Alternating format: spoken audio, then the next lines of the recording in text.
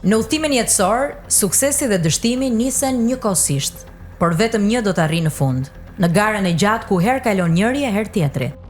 Suksesi në çdo fushë, si në art, shkencë, biznes dhe në çdo punë të përditshme, qoftë edhe ai çobani i lirë dhe fisnik majmalit, qëllimin e ka të njëjtë, sukses, dhe nëpërmjet saj edhe pasuri, duke u lutur gjithnjë për më të shtrenjtën, shëndetin. Kuptimi i fjalës është i thjeshtë, me pas. Shoqëri të ndryshme përjetojnë suksesin e tjetrit në forma po aq të ndryshme. Xhelozia për arritjen e tjetrit shpesh është motiv për atë që ende nuk e ka arritur, por për shoqërinë shqiptare në tërësi ka një tjetër kuptim dhe përjetim.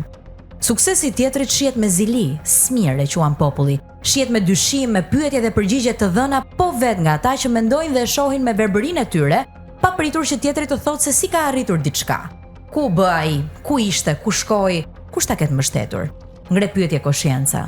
Një i korruptuar, i fort, biznesmen apo lek bari, je përgjigje inkoshienca.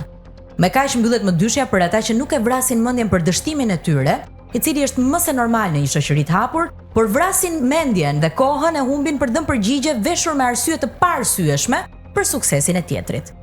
Fatkeqësisht, kjo është shoqëria jonë në tërësi, që më shumë se për të vendosur një sy, lutet që t'i heqin syrin atij që e ka, për të mbetur një shoqëri në errësirë, të gjithë të barabartë, jo në sukses, por në dështim. Sa shpesh dëgjohen si biseda normale fjalët ishim mirë në komunizëm, të gjithë të varfër, nuk kishim dallime. Shpesh e dëgjojmë madje edhe nga ata që kanë mend për të shitur, por nuk shpenzojnë asgjë, as kohën e tyre për të blerë.